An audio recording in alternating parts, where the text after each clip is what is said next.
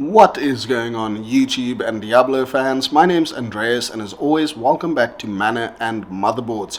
So, patch 3.2 is live. We have been able to do some more testing, and the new Season 14 ladder reset is just around the corner, starting in a couple hours tonight.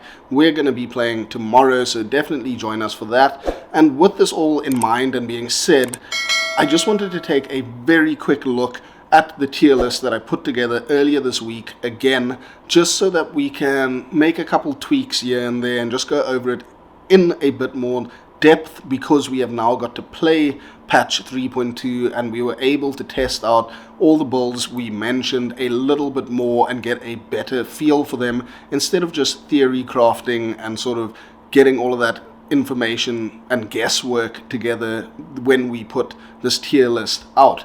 So with all of that being said, I think in terms of leveling, this is all pretty much should stay as it is or where it is. Maybe Echoing Strike, the Hex Purge variant can probably go up maybe a bit to C tier and be on par with the physical variant. Sorry, I just made a bit of a mistake there. Anyway, so Hex Purge, physical, about the same.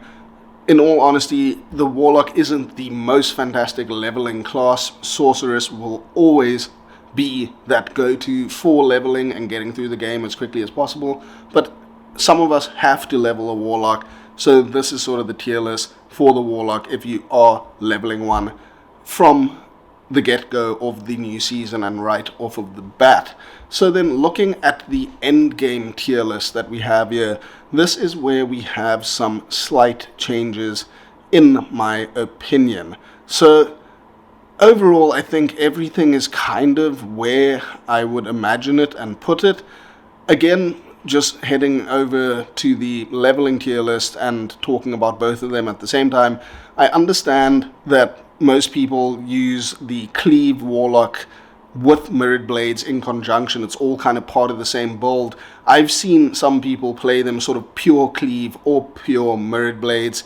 That's why I put them as separate, but basically it is the same build. So you can kind of ignore that to a degree. It's kind of all on the same sort of tier of things here. So let's maybe put Cleave Warlock here at C- instead of D tier, but overall it isn't a very powerful build overall. Anyway, the big changes, or the big sort of switch around and moving around here, comes from Echoing Strike, in my opinion. I would put the Hex Purge variant of Echoing Strike right up there in S tier, maybe more S- tier than solid S tier, in my opinion. I think it feels really strong this season, but I think it still just seems to be lacking ever so slightly. I mean, okay, look, in all honesty, let's put it up there in solid S tier. It is a strong build at the moment. It's definitely very good. Then for the physical variant of Echoing Strike, I would take that out of B tier and actually put it in A+ tier above the Miasma Warlock. Maybe, yeah, roughly about there, just in terms of how it felt when I was playing it. I think it's kind of almost on par, just edging out over the Abyss Warlock, but it is feeling pretty good, but it does need an incredible amount of investment to feel powerful, which is something I think kind of doesn't put it into S tier. It requires such an investment to get it feeling good that I think it stays in A tier or A+ tier for the physical variant.